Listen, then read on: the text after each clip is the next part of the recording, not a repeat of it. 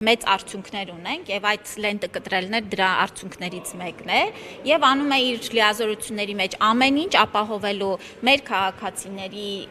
այլ երկրներում գտնվելու հանգամանքով ձեր նշած խնդիրներին հասցեագրելու Տիկին Ավանեսյան, դուք վերջին անգամ ազգային ժողովում եք անհետ կորածների ծնողների հետ հանդիպմանը եւ այնտեղ բավականին լարված մթնոլորտ էր, ընդ որում ծնողները Գեգամ Նազարյանին ազգային ժողովի պատգամավորին հաթաթայ են տալի, որ այլևս չկրկնեն այն արտահայտությունը, որ իրենց երեխաներին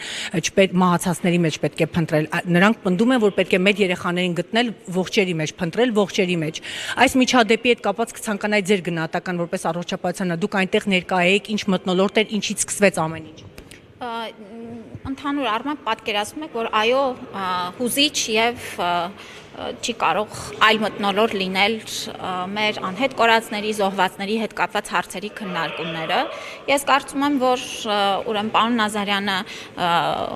իրավունք ուներ արտահայտելու իր տեսանկյունը եւ խոսելու թեմայից առանձնահատուկ կերպով, հասկանալով, որ նրա որդին եւս զոհվել է, բայց հասկանալով նաեւ մեր էմոցիոնալ այսպես շատ զգայուն վիճակը այս թեմաներով, այո, կարող է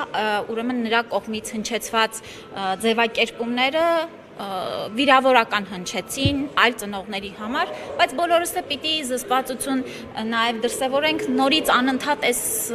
թեման այսպես չբորբոքելու համար։ Այո, մարդիկ երբ որ էմոցիոնալ են, կարող են նաև սուր ընկալել թե ասվածը, թե լսածը։ Իսկ ներողություն, դուք անձամբ այդ օրը ելույթ ունեցաք, ձեր կատարած աշխատանքը ներկայացրեցիք Այո, ես ունեցա զեկույց եւ իհարկե հարցերին պատասխանեցի։ Իսկ ինչ կասեք ծնողները, երբ 7.5 ժամ քննարկումից հետո, երբ դուրս եկան նիստերի դահլիճից, անձամբ ես հարցեր եմ ուղղել հարգելի ծնողներ, երկրորդ հանդիպումն է, ինչ գնահատական կտակ այն հանդիպմանը, որ արդեն 7.5 ժամ քննարկում էր տեղ ունեցում, իրենք մեկ գնահատական հնչեցին՝ փնթի եւ ջուր ծեծոցի էր, որևէ այլ բանի պատասխան իրենք չեն ստացել։ Սա ծնողների գնահատականն է։ Ինչ կասեք դուք տիկին նախարար։ Ոչինչ չեմ ասի։ Իրենց գնահատականը կիսում եք։ Ես ասացի ոչինչ չեմ ասի։ Դա ըստ էության կիսում եք իրենց տեսակետը, եթե ոչինչ չեք ասի։ Ես կրկնեցի ոչինչ չեմ ասի։ Այլ հարց։